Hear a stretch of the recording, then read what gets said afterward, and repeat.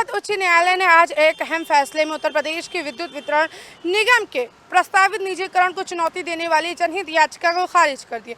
मुख्य न्यायाधीश अरुण भंसाली और न्यायमूर्ति क्षितिज शैलेंद्र की पीठ ने स्पष्ट किया कि याचिका में की गई मांग महज कल्पना पर आधारित है और इनके पक्ष में कोई ठोस प्रमाण उपलब्ध नहीं कराया गया। अदालत ने अपने आदेश में यह भी रेखांकित किया कि याचिकाकर्ता ने इस प्रक्रिया में किसी भी चरण के प्रतिवादित पक्ष से संपर्क करने या आपत्ति दर्ज कराने का उचित प्रयास नहीं किया। बेंच ने यह सवाल उठाया कि याचिका दाखिल करने से पहले भी सभी वैकल्पिक उपाय क्यों नहीं अपनाए गए। अब अदालत के इस फैसले के बाद देखना दिलचस्प होगा कि उत्तर प्रदेश विद्युत वितरण निगम अपने निजीकरण को लेकर क्या अगला कदम उठाता है और क्या इससे प्रदेश के उपभोक्ता तथा कर्मचारियों पर कोई प्रभाव पड़ेगा या नहीं। इससे पूरे घटनाक्रम पर सरकार और संबंधित विभाग की कोई औपचारिक प्रतिक्रिया अभी तक सामने नहीं आई है। कोर्ट ने इस फैसले के बाद यूपी के बिजली निजीकरण को रोकने के लिए प्रयासों का बड़ा झटका माना जा रहा है। मैं अंजला खान, श्री न्यूज़, लखनऊ। लखनऊ में आयोजित विश्व युवा कौशल दिवस के मौके पर उत्तर प्रदेश कौशल विकास मिशन की ओर से राज्य में सभी जिलों में विश्व रोजगार मेले आयोजित किए गए, जिनमें लगभग 20,997 युवकों को नौकरी के अवसर और 20,000 से ज्यादा युवकों को on the spot offer letter दिए गए। मुख्यमंत्री योगी आदित्यनाथ ने लखनऊ में प्रमुख रूप से शिरकत कर मुख्य प्रदर्शनी का उद्घाटन किया और विभिन्न क्षेत्रों में उत्कृष्ट प्रदर्शन करने वाले 15 यूथ आइकॉन को सम्मानित किया।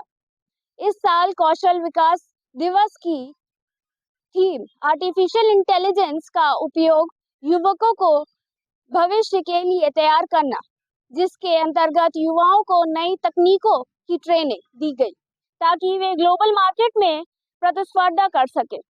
इसके अलावा कौशल मेला और कौशल ओलंपिक में आए युवकों ने अपनी प्रतिभा का शानदार प्रदर्शन किया। मैं अक्षता सिंह, श्री न्यूज़, लखनऊ। आज हम फतेहपुर जनपद के उस आखिरी छोर पे खड़े हैं जिसको हम कह लें असनी पुल। यहाँ से फतेहपुर जनपद की सीमा समाप्त होती है और मेरे पीछे रायबरेली की सीमा पुल के उस पार आरंभ होती है।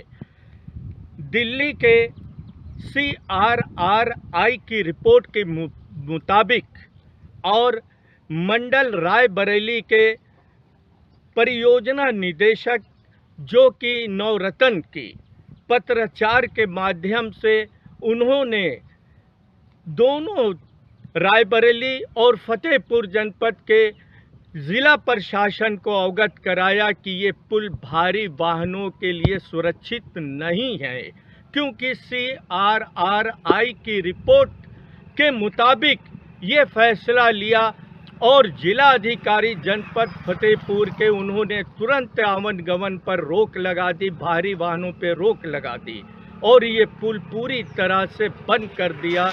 6 माह तक ये पुल बंद रहेगा, क्योंकि ये जो पुल मार्ग है ये लखनऊ मार्ग को जाके जोड़ता है और यातायात बाधित न हो तो यातायात के लिए हुसैनगंज होते हुए रायबरेली जनपद होते हुए लखनऊ गाड़ियों का आवन गमन सुचारू रूप से संचालन करा दिया गया। ये पुल 6 माह के लिए बंद करवा दिया गया है और जब CRRI की रिपोर्ट इसके मरम्मतीकरण के बाद आएगी तभी पुनः ये पुल चालू कराया जाएगा। कैमरामैन अजमी के साथ मुमताज अहमद, श्री न्यूज़, फतेहपुर।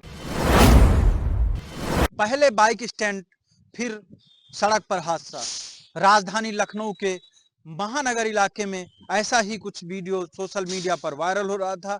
वीडियो की पड़ताल महानगर पुलिस द्वारा जब की गई तो वीडियो में क्लियर हुआ कि बाइक स्टंट कर रहे हुड़दंगई सड़क पर जमकर हुड़दंग काट रहे थे। उसी दौरान एक बाइक फिसली और सड़क पर गिर गई, जिसके चलते पीछे आ रहे बाइकर्स भी उससे टकरा गए और वहां पर उनके साथ सड़क हादसा हो गया। महानगर पुलिस ने महज 24 घंटे के भीतर बाइकर्स के नंबर की पड़ताल कर सारे बाइकर्स को धर दबोचा है।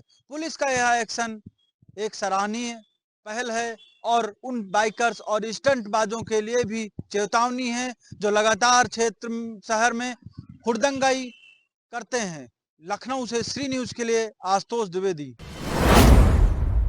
महिलाओं की सुरक्षा को प्राथमिकता देते हुए आरटीओ विभाग ने एक अहम फैसला लिया है, जिसके तहत अब ओला, उबर, रैपिडो और ई रिक्शा जैसे सार्वजनिक परिवहन चालकों को अपना नाम, आधार नंबर और मोबाइल नंबर बड़े अक्षरों में अपने वाहन पर लिखना अनिवार्य कर दिया गया है। यह नियम लखनऊ में ही नहीं बल्कि पूरे उत्तर प्रदेश में लागू कर दिया गया है। राज्य महिला आयोग की अध्यक्ष के अनुरोध पर यह आदेश दिया गया है। आरटीओ ने साफ निर्देश दिया है कि सभी पंजीकृत चालक 15 दिनों के भीतर अपनी जानकारी वाहन में प्रमुखता से लगा दे। यह कदम महिलाओं के खिलाफ बढ़ते अपराधों को रोकने और उनकी सुरक्षा सुनिश्चित करने के लिए उठाया गया है। मैं अक्षता सिंह, श्री न्यूज, लखनऊ। समाजवादी पार्टी का ड्रीम प्रोजेक्ट और लखनऊ का चर्चित जेपीएनआईसी प्रोजेक्ट एक बार फिर से सुर्खियों में। सपा सरकार के दौरान शुरू हुआ इस ड्रीम प्रोजेक्ट की पुरानी गवर्निंग कमेटी को अब आधिकारिक रूप से भंग कर दिया गया। नई बदलाव के तहत प्रमुख सचिव की अध्यक्षता में जल्द ही एक महत्वपूर्ण बैठक की जाएगी। इस प्रोजेक्ट में नए लेआउट को लेकर संचालन तक की कई बड़े फैसले लिए जाएंगे। खास बात यह है कि म्यूजियम का निर्माण और संचालन अब सीधे लखनऊ विकास प्राधिकरण यानी एलडीए के हाथ में रहेगा, जबकि बाकी प्रोजेक्ट की संचालन की जिम्मेदारी निजी संस्थानों को दी जाएगी। इस अहम बैठक के बाद जल्द ही टेंडर प्रक्रिया शुरू की जाएगी, जिससे जिम्मेदारियों का अंतिम निर्धारण नई कमेटी करेगी। मैं अंजला खान, श्री न्यूज, लखनऊ। 14 जुलाई की रात कैसरबाग इलाके में एक दिल दहला देने वाली घटना सामने आई है, जहां पर एक मां ने अपनी 7 वर्षीय मासूम बेटी की दर्दनाक तरीके से हत्या कर दी। हत्या का उद्देश्य पति की जायदाद पाना और पति को झूठे मुकदमे में फंसाना था। मां रोशनी खान ने अपने प्रेमी के साथ मिलकर बेटी की हत्या की और उसके बाद कंट्रोल रूम पर सूचना दी कि मेरे पति ने मेरी बेटी की हत्या कर दी। पुलिस ने मामले की पड़ताल की तो सामने आया कि मां ने पैसे के लालच में अपनी बेटी की हत्या की।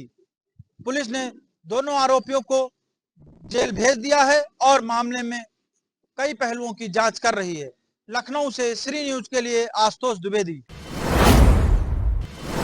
लखनऊ में साइबर क्राइम का बड़ा खुलासा हुआ। पुलिस ने एक गिरोह का भांडाफोड़ करते हुए 8 आरोपियों को गिरफ्तार किया, जो digital arrest, work from home और शेयर ट्रेडिंग के नाम पर लोगों से करीब 20 करोड़ रुपए की ठगी कर चुके थे। पूछताछ में चौंकाने वाली बात सामने आई है कि इस गिरोह का सरगना 5वीं फेल है और टेलीग्राम के जरिए चीन के ठगों से संपर्क में था। ठगी की रकम अलग अलग बैंक खातों के जरिए हवाला, क्रिप्टो करेंसी और यूएस डॉलर में विदेशी खातों में भेजता था। साइबर थाना और साइबर क्राइम सेल ने छापेमारी में गिरोह के हेड राहुल को और 8 आरोपियों को गिरफ्तार किया। पुलिस को इस कार्रवाई में साइबर टीम और दूसरे शहरों में हुई ठगी से जुड़े इनपुट से मदद मिली। मैं अक्षता सिंह, श्री न्यूज, लखनऊ।